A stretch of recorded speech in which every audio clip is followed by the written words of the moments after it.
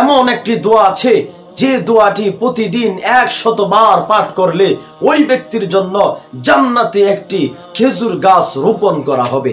সুবহানাল্লাহি ওয়া বিহামদি।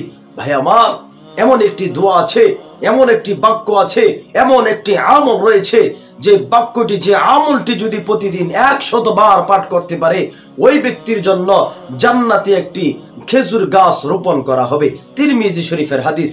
সুবহানাল্লাহি ওয়া বিহামদি।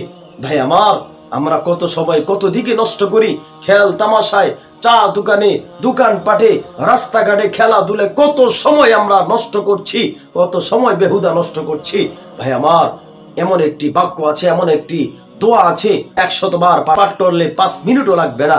ভাই আমার, আপনি যদি প্রতিদিন 100 বার ওই দোয়াটি পাঠ করেন তাহলে আপনার জন্য জান্নাতে একটি খেজুর গাছ রোপণ করা হবে, লাগানো হবে।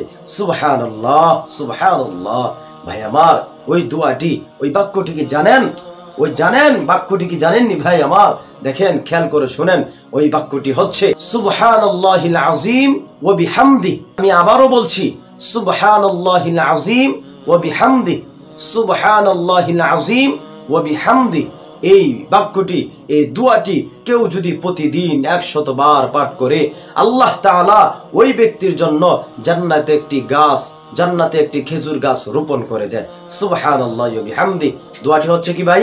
সুবহানাল্লাহিল আযীম ওয়া বিহামদি, সুবহানাল্লাহিল আযীম ওয়া বিহামদি। আল্লাহ আমাদের সবাইকে এই বাক্যটি, এই দোয়াটি, এই আমলটি বেশি থেকে বেশি পাঠ করার, আমল করার তৌফিক দান করুক। আমিন।